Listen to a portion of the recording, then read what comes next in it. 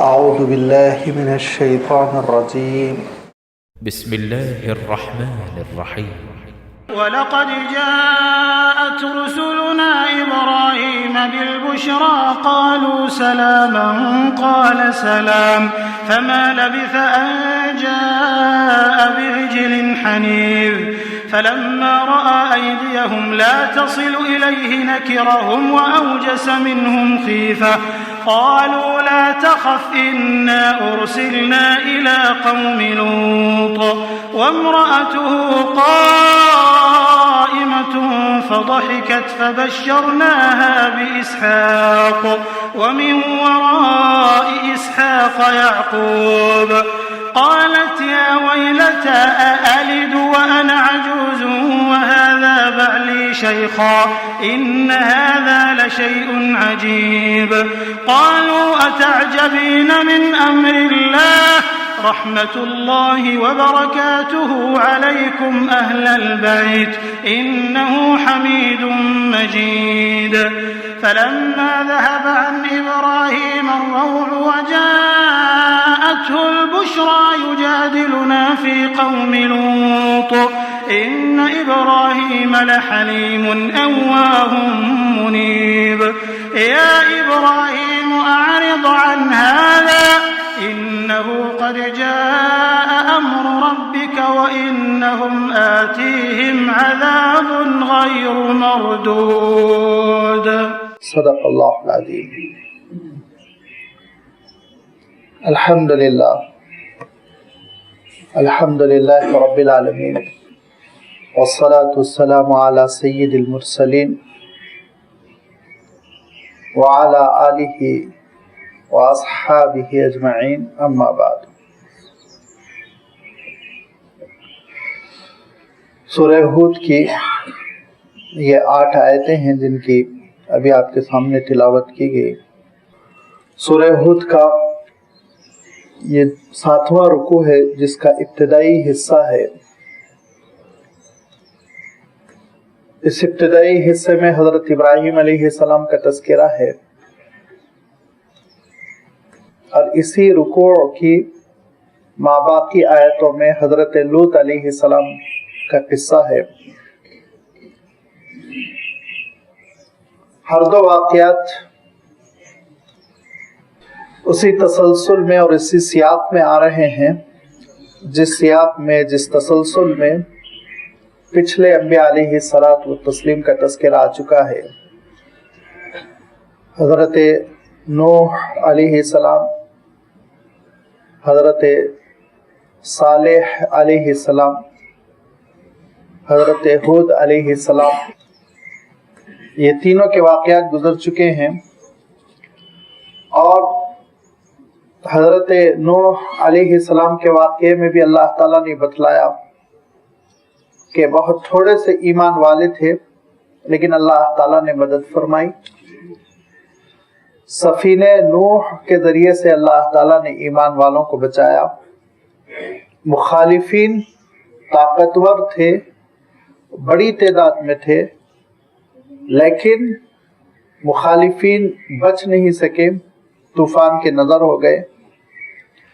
حضرت نوح علیہ السلام سے نسل انسانی کا سلسلہ چلا، آبادی ترقی کر گئی اور قوم عاد بہت ممتاز ہوئی اپنی ترقیوں میں. قوم عاد میں نافرمانی پیدا ہوئی، ان کے اندر بغاوت پیدا ہوئی. حضرت ہود علیہ السلام کو اللہ تعالیٰ نے بھیجا. قوم عاد نے حضرت ہود علیہ السلام کی مخالفت کی اور اپنا سارا زور اس بات پر لگایا کہ حضرت ہود علیہ السلام کامیاب نہ ہو سکیں. لیکن اللہ تعالیٰ کی مدد اپنے رسول کے ساتھ، اپنے نبی کے ساتھ تھی. حضرت ہود علیہ السلام اپنے ایمان والے ساتھیوں کے ساتھ ہجرت کر جاتے ہیں اور آندھی کا سخت ترین عذاب اس قوم پر آیا اور قوم عاد ختم ہو گئی. نسل انسانی آگے بڑھی، ترقی ہوئی، انسانی نسل پھیلی پھولی اور خاص طور پر ایک شاخ جو سمود کہلائی یا عاد ثانی کہلائی اور وہ مدائن صالح کے مقام پر جس کے بارے میں گزشتہ اتوار آپ کی خدمت میں کچھ مختصر اشارے رکھے گئے کہ یہ حجاز کے شمال میں ایک آبادی تھی. اگر آپ حجاز سے مدینہ منورہ سے ملک شام کا سفر کریں گے تو تبوک سے پہلے یہ آبادی پڑتی ہے. انہوں نے اللہ کی بڑی نافرمانی کی، حضرت صالح علیہ السلام کی کوئی بات نہ مانی.